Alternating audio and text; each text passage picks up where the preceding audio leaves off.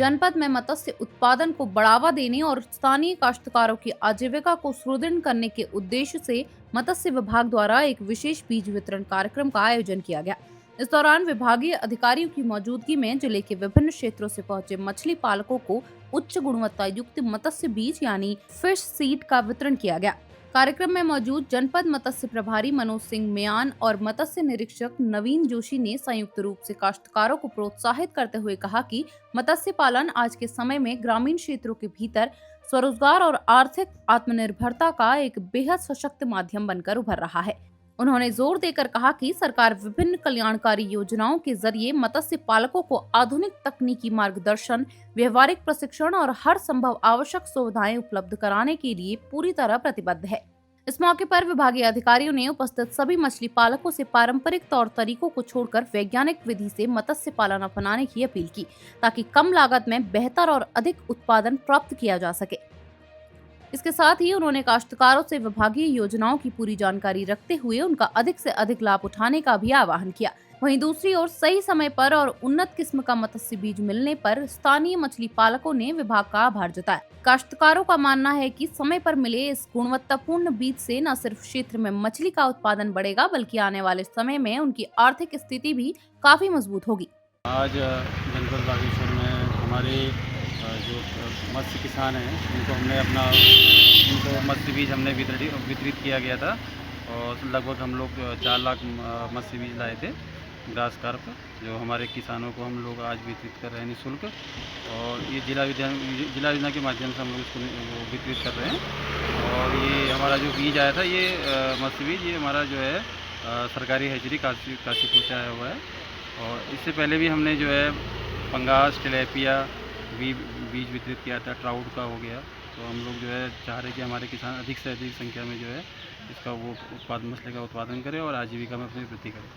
किन किन क्षेत्रों के किसानों को आज वितरित किया गया होगा? आज हमारे जो है विकासखंड बागेश्वर और कांडा क्षेत्र के हमारे जो हैं किसान, उनको हमने किया है, क्योंकि हम रोस्टर वाइज चला रहे हैं। हर जो विकासखंड वार जो है हम लोग चला रहे हैं। अभी हमारा पहला चक्र यहाँ का चल रहा है, उसके बाद हम अगले चक्र में फिर गरुड़ भी, और उसके बाद जो है फिर कपूर में भी इसी तरह मत्स्य बीज किसानों को वितरित। कितने किसान अभी आज वितरित किया होगा? कितने किसानों को लगभग? अभी आज लगभग हमारे 100 से 120 के किसान के आसपास जो है उनको हमने मत्स्य बीज वितरित किया गया है और सभी को हम लोग जो है निःशुल्क मत्स्य बीज उपलब्ध कराएं। नमस्कार, मैं मनोज सिंह कोरंगा, बल्ले क्षेत्र से। मैं मछली पालन पे काम करता हूँ विगत 7 वर्ष से।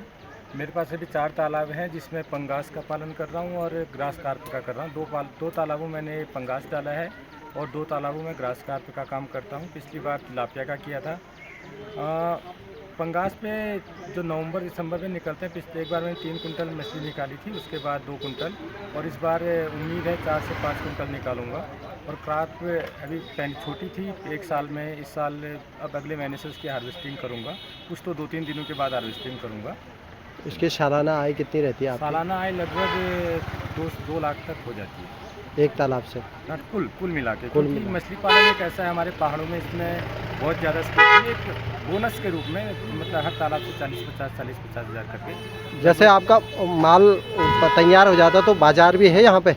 बाजार के लिए समस्या तो आती है, क्योंकि हमारी फ्रेश मछली रहती है और हमें कंपटीशन करना पड़ता है। जो बाहर से बर्फ़ वाली मछली आती है, उसके रेट की तुलना में हमारे रेट थोड़े ऊपर रहते हैं, क्योंकि हमारे पहाड़ी क्षेत्र है। यहाँ पे हमें चारा बाहर से लाना पड़ता है और चारे के जो मेन जो भाड़ा लगता है उससे ज़्यादा खर्चा आ जाता है। और हमारी उसमें अनुकूल परिस्थितियाँ नहीं है मछली के लिए, पंगास के लिए। क्योंकि जब उसका बढ़ने का समय होता है नवंबर से, जैसे जब लगभग 800 ग्राम की हो जाती है, उसके बाद वो बढ़ती है। जब कुछ भी खा लेती है, उस टाइम पे हमारे यहाँ ठंडा हो जाता है। अगर हम नवंबर में उससे हार्वेस्टिंग नहीं करेंगे तो दिसंबर में मर जाएंगी। आज कौन सी मछली ले जा रहे हैं आप? आज हम कार्प ले जा रहे हैं। इसमें कॉमन कार्प की रहेगी और ग्रास कार्प।